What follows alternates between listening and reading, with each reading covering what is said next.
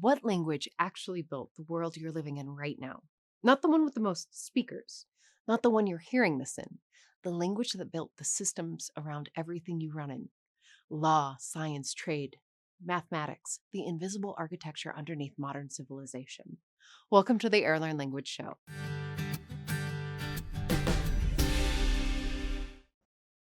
I spent a lot of time thinking about this list, and the more I thought about it, the more I realized that the question itself is more interesting than the answer I could give, because the languages that built the world didn't do it by having the most speakers or covering the most geography. They did it by generating ideas so powerful that the ideas outlived the language, outlived the civilization, outlived everything except the words themselves. That's exactly the kind of thing Airlearn is built around, not just teaching you a language, but showing you the world that lives inside it. Worth checking out. Links in the description. I've ranked these 5 on 5 factors: the foundational systems each language created, their irreplaceability, meaning what collapses if you remove them from history, how far beyond their own speakers their ideas traveled, whether what they built today is still running today, and how deeply they shaped not just what we think, but how we think it. Some of this list will feel obvious. Some of it will feel wrong. I'd love to hear your ranking in the comments. And I'm fairly certain number 1 is going to start an argument, because the language that built the most isn't the one at the top. Let's count down. Number 5, Sanskrit. Sanskrit is the entry on this list that surprises people the most, not because it's obscure. Anyone with a passing interest in linguistics knows Sanskrit is old and important, but because the specific things Sanskrit built are so foundational that we've stopped noticing them entirely. Start with 0. The concept of 0 as a number, not just an absence, not just a placeholder, but an actual mathematical entity with its own properties, was developed in India, conceptualized and transmitted in Sanskrit. The decimal system, place value, the entire positional number system that makes modern arithmetic and therefore modern computing, and therefore every piece of technology you interact with daily, possible. All of it originated in the Sanskrit intellectual tradition. Try to do calculus with Roman numerals. Try to build a computer without a place value. You can't. The floor underneath modern mathematics was laid in Sanskrit. But Sanskrit didn't stop at mathematics. It is the sacred language of both Hinduism and Buddhism, 2 of the world's major religious traditions, with a combined following of over 2 billion people. The foundational texts of both traditions were composed in Sanskrit, and Sanskrit remains the language of ritual and scripture across much of Asia, thousands of years after it ceased to be anyone's everyday tongue. And then there's Panini. Around 400 BCE, a Sanskrit grammarian named Panini produced a work called the Ashtadhyayi, a complete formal grammar of Sanskrit consisting of roughly 4,000 rules, organized with a precision and economy that modern linguists still find astonishing. Panini's grammar is not just a description of how Sanskrit works. It is a formal system, almost algorithmic in its structure, that anticipates concepts central to modern linguistics and, some argue, to the logic underlying programming languages. Sanskrit didn't build one system. It built the floor underneath several of them. And most of the world walks on that floor every day without knowing the language that laid it. Number 4, Greek. If Sanskrit built the mathematical and spiritual floor, Greek built the intellectual architecture that sits on top of it, at least for the Western world. Democracy, philosophy, formal logic, the scientific method, Hippocratic medicine, Euclidean geometry, Aristotle's system of categorizing knowledge into discrete disciplines. Every one of these was conceived, debated, refined, and transmitted in Greek. And every Western institution you interact with, courts, universities, parliaments, hospitals, the very idea of organized intellectual inquiry is downstream of something that Greek thinkers thought up in Greek. The irreplaceability test is particularly brutal for Greek. Remove Greek from history, and the Western intellectual tradition does not exist. Not weakened, not delayed. Gone. The specific combination of philosophical rigor, democratic experimentation, and systematic inquiry into the natural world that Greek civilization produced in a remarkably short period, roughly the 5th to 3rd centuries BCE, has no parallel and no obvious alternative source. But Greek's contribution to the modern world isn't only intellectual, it's structural. The Greek alphabet took the Phoenician consonant system and added something it had been missing: vowels. That addition, seemingly small, created the first true alphabet in the modern sense, a system where any sound in the language could be precisely represented. The Greek alphabet became the ancestor of Latin script, of Cyrillic, of Coptic, of several others. When modern science needed vocabulary for new concepts, it reached for Greek. Psychology, biology, geology, astronomy, microscope, telephone, democracy. The vocabulary of modernity is substantially Greek because Greek had already built the conceptual categories that modernity needed words for. Number 3, Latin is the only language on this list that is technically dead, and it is also the language whose legacy is most immediately present in daily life. Start with law. Roman law, developed, codified, and transmitted in Latin, is the structural foundation of legal systems across Europe, Latin America, and significant parts of Africa and Asia. The concept at the heart of modern legal thought: contract, property, obligation, jurisdiction, the distinction between public and private law, all were worked out by Roman jurists in Latin over several centuries. Legal Latin isn't decorative, it's structural.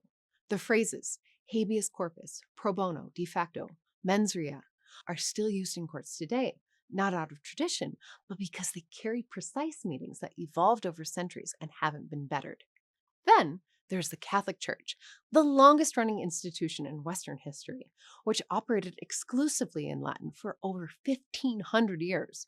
For a millennium and a half, Latin was the language of European intellectual life, of scholarship, of correspondence between educated people across a continent that spoke dozens of mutual, intelligible vernacular languages. Newton wrote his Principia in Latin. Latin didn't produce descendants, it transformed into them. No other language in history has done this. Latin's afterlife is more populated than most languages' entire existence. Number 2, Arabic. Here's the entry that requires the most historical imagination to appreciate, because the Arabic contribution to the modern world happened in a period that Western history has systematically undervalued. While Europe was navigating the centuries after the fall of Rome, losing access to much of its classical learning, contracting economically and intellectually, the Arabic-speaking Islamic world was doing something extraordinary. Arab scholars were translating the entire Greek intellect tradition into Arabic. Aristotle, Ptolemy, Euclid, Galen, Hippocrates, works that had been lost to most of Europe, were being preserved, studied, debated, and crucially extended in Arabic. The House of Wisdom in Baghdad was one of the greatest intellectual institutions in human history, and it operated in Arabic. Algebra was not a Greek concept. It was developed by the 9th century mathematician Al-Khwarizmi, writing in Arabic. The word algebra comes from the title of his book.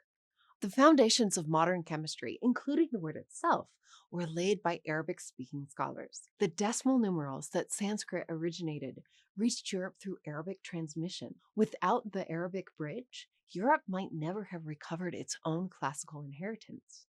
The Renaissance and everything downstream of it may not have happened when it did, or how it did, without Arabic scholarship preserving and transmitting the knowledge that made it possible. Add to all of this the Quran, composed in Arabic in the 7th century and considered by Islamic tradition to be the untranslatable, meaning that Arabic has remained the sacred language of 1.8 billion Muslims across every continent, unchanged in its classical form for 1,400 years.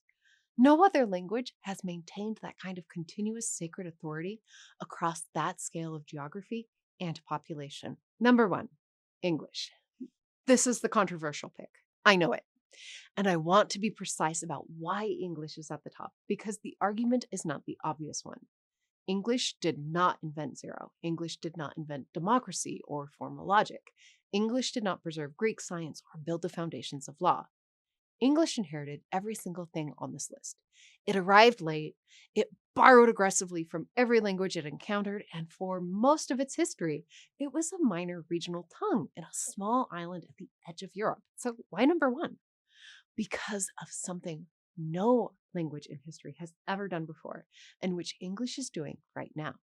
No language has ever simultaneously been the default medium for scientific publishing, international business, aviation safety, maritime law, diplomatic communication, internet infrastructure, and global entertainment, all at the same time. Not Latin at the height of the Roman Empire, not Arabic during the Islamic Golden Age, not French during its centuries of diplomatic dominance. Each of those languages held some of these domains at their peak. None of them held them all simultaneously. English holds all of them right now. But here's the thing that makes English genuinely, historically unprecedented, the thing that separates it from every global language that came before it. Approximately 75% of English speakers learned it as a second language. 3/4 of the people using English to communicate today did not grow up speaking it. They chose it, or it had chosen them for economic and institutional necessity, as a tool for connecting with people outside their native language community. English has now gone further than the empire that carried it. It has detached from any single nation or culture. Nobody owns it. The English spoken in scientific journals is not British English or American English. It is a neutral medium, claimed by everyone and belonging to no one. English didn't build the modern world. It became the operating system the modern world runs on, the connective layer that links the systems that Sanskrit, Greek, Latin, and Arabic built, the language through which a Brazilian engineer reads an American paper, a Japanese diplomat negotiates with a German counterpart, a Nigerian novelist reaches readers in soul. That might be the most powerful thing a language has ever done. Not building a system, becoming the system that connects all the others. Now, I fully expect to lose some of you on that number one. Maybe you think Greek deserves the top spot. Maybe you think the Arabic bridge is the single most consequential linguistic contribution in history, and nothing else comes close. Maybe Sanskrit's mathematical legacy makes everything else downstream and therefore subordinate to it all. Make that an argument. Drop your rankings in the comments. I will read them. But here's the question I want to leave you with, because it might be the most important language story of the next 50 years. English is dominant right now, but history suggests that no single language stays dominant forever, and several languages are already positioning themselves for what might come next. Whether the era of a single global language turns out to be a permanent feature of modernity or a temporary anomaly, a brief window in which one language happened to be in the right place at the right time, is the question the next century will answer. The 5 languages on this list all had their moment at the center, and every one of them, at their peak, probably looked permanent too. If this list made you want to actually learn one of these languages, and between Sanskrit, Greek, Latin, Arabic, and English, there is a world of history waiting inside each of them. Airlearn teaches several of them in context, the way they actually live in real conversation rather than on a grammar page. Links in the description. See you in the next one.